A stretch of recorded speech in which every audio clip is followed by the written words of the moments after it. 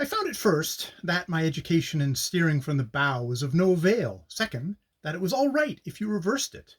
For instance, when you are in the bow and make an inward stroke with the paddle on the right-hand side, the bow goes to the right, whereas if you make an inward stroke on the right-hand side when you are sitting in the stern, the bow goes to the left. Understand? Having grasped this law, I crept up along the river, and, by Allah, before I had gone 20 yards, if that wretch, the current of the greatest, etc., did not grab hold of the nose of my canoe, and we teo-tummed around again as merrily as ever. My audience screamed. I knew what they were saying. "You'll be drowned! Come back! Come back!" But I heard them and I heeded them not.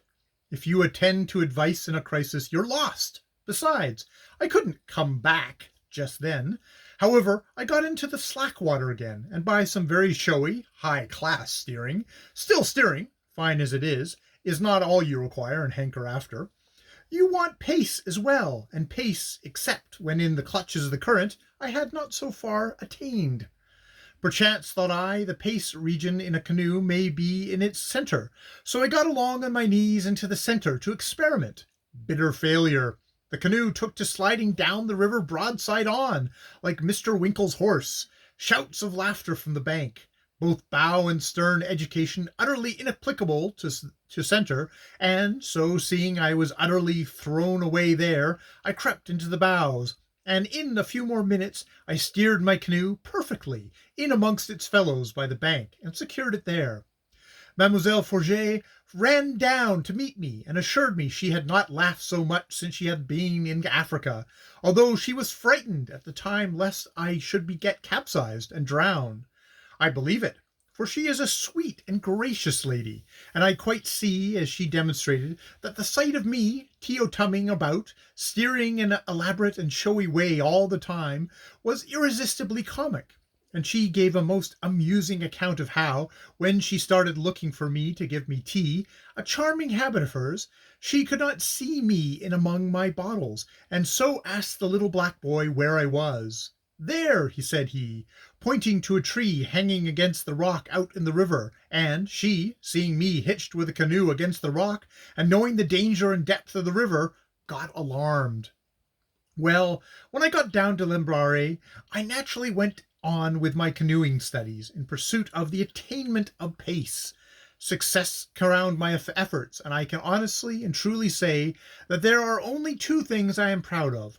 One is that Dr. Gunther has approved of my fishes, and the other is that I can paddle in an Ogwe canoe. Pace, style, steering, and all the same for one, as if it were an Ogwe African. A strange, incongruous pair of things, but I often wonder what are the things other people are really most proud of. It would be a quaint and repaying subject for investigation. Mademoiselle Jocot gave me every help in canoeing, for she is a remarkably clear-headed woman, and recognizing that, as I was always getting soaked anyhow, I ran no extra danger in getting soaked in a canoe, and then, it being the dry season, there was an immense stretch of water opposite Adande Beach, which was quite shallow, and she saw no need of my getting drowned. The sea banks were showing their yellow heads in all directions when I came down from Teluguga, and just opposite Adande there was sticking up out of the water a great, graceful palm frond. It had been stuck into the head of the pet sandbank, and every day was visited by the boys and girls in canoes to see how much longer they would have to wait for the sandbank's appearance. A few days after my return, it showed, and in 2 days more, there it was, acres and acres of it, looking like a great golden carpet spread on the surface of the centre of the clear water. Clear here, down this side of Lmbrn Island, because the river runs fairly quietly and has times to deposit its mud. Dark brown the Ogwe flies past the other side of the island, the main current being deflected that way by a bend just below the entrance of the Nguni.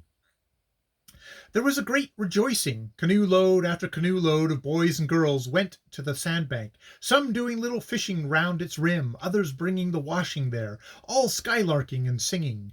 Few prettier sights have I ever seen than those on that sandbank. the merry brown forms dancing or lying stretched on it, the gaudy colored patchwork quilts and chintz mosquito bars that have been washed, spread out, drying, looking from Kangway on the hill above, like the beds of bright flowers.